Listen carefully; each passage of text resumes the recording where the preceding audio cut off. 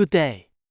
Thank you for joining us for today's news. If you find this helpful, please consider subscribing. We're here every day with calm, clear updates just for you.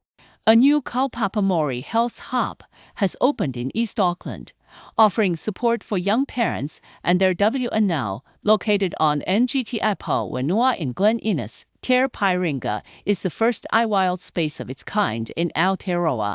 The hub is designed to help WNL reconnect across generations, providing parenting workshops, shared food spaces, and areas for play and conversation.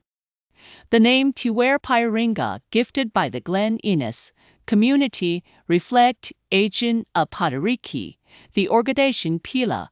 The hub emphasizes intergenerational care, echoing traditional Māori practices where children are raised together as a village. This new space represents a shift in how Māori communities Same. It's a step toward a future where Māori now are empowered and connected, rooted in their cultural and spiriting gort. In a shocking new report, Human Rights Watch has exposed the harsh realities faced by immigrants held in US detention centers. The 92-page document Itran, Trade. The report focuses on 3 facilities in Florida, one of which is a new center dubbed Alligator Alcatraz, visited by President Trump, who joked about alligators serving as guards. HRW found that 72% of detainees had no criminal history, raising serious concerns of the fairness of the treatment. The report calls for an end to the inhumane treatment of migrants and the re-evaluation of the US immigration system. A public health warning has been issued in New Zealand over a vaping product that contains dangerously high levels of diacetyl, a chemical linked to a severe lung condition known as popcorn lung. The affected product, Sontri vanilla cream, was found to have diacetyl levels more than 4 times the legal limit. The Ministry of Health has taken action under the Smoke-Free Environments and Regulated Products Act, urging users to stop using the product immediately. Hooper's Vapor Limited has initiated ETADE and Initiati and TEPCOL Annucol. The incident raises concerns about the regulation of vaping products, and consumers are being urged to remain informed about the safety of the products they use. In a surprising move, Sky TV has announced the acquisition of Discovery NZ, including the channels 3 and 3Know for just $1. This acquisition, set to be finalized on August the 1st, is expected to bring new opportunities and stability to the New Zealand media-led TV Aotearoa, New Zealand's most engaging. Westland Mayor Helen Lash has called for more innovative solutions to combat the growing threat of flooding in the region as a new study highlights the risks posed by rising water levels in the Waiho River. The study conducted by the National Institute of Water and Atmospheric Research, NIWA, found that the river has been rising at an alarming rate over the past decade. Mayor Lash emphasized the need for a more comprehensive approach to flood management in the area, stating that temporary fixes like building higher levees are not sufficient. The report also highlighted the potential referika and the need for increased investment in flood protection infrastructure and community entry about the risks posed by flooding. Local officials are now working to develop a new flood management plan that includes both short-term and long-term strategies, which is expected to be finalized in the coming months. Prime Minister Christopher Luxon has accused Labour leader Chris Hipkins of lacking subsidies. Fossey Kepka, New Zealander, facing the cost of living crisis. Luxon emphasized the government's efforts through tax relief and fiscal measures, while Hipkins defended Labour's Cossins Fison.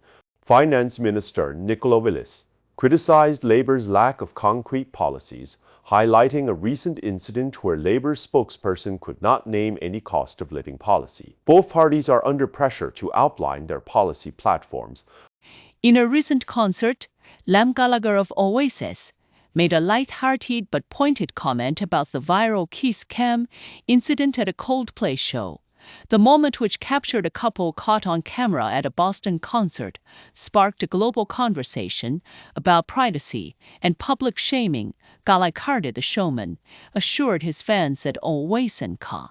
He joked, that Oasis doesn't have any of the snidey cameras that Coldplay used, and that it doesn't matter who fans are mingling with, it's none of their business. The incident, which involved a married couple, led to the couple's resignation from their jobs, and the company they worked for issued a statement about accountability. Meanwhile, the person who filmed the moment expressed regret over the attention it received. Gallagher's comments once again highlight his ability to turn controversy into humor and camaraderie, reinforcing the idea that at an Oasis concert, love is in the air and it's none of anyone else's business. A cold case that has haunted a small town for nearly 7 years is now back in the spotlight. Eddie Peters, a father from Hawke's Bay, was brutally beaten and left for dead in November 2018. Despite receiving medical care, he succumbed to his murder, marking a long-awaited breakthrough in the case. Detective Inspector Dave DeLange credited the Hastings community for helping police piece together the events of that night. However, he emphasized that more information is still needed to fully understand what happened. The suspect, along with a 30-year-old woman, has also been charged with conspiracy. As the case moves forward, the community is left with mixed emotions. Relief that justice may finally be served, but also a lingering sadness for a father who was taken too soon. A group of local Māori iwi in the Nelson Lakes region is pushing to rename the village of Santa Arnau to Rotoiti, a name with deep cultural and historical significance. NGTE, Kuya, and NGTI Ape TJRT reflects their long-standing connection to the area surrounding Lake Rotoiti. The name change is not new. Previous attempts were rejected in 2009, but recent research has uncovered historical records that show the name Arototi was used long before St. Arnaud. Local advocate Annette Wakan believes the change would be a major milestone, while some residents still prefer the name Santa Arnaud. Many argue that Rotoiti better represents the identity of the area and its connection to Māori culture. The New Zealand Geographic Board has received the proposal, but further community consultation is needed before may silage both history and the legacy pasor.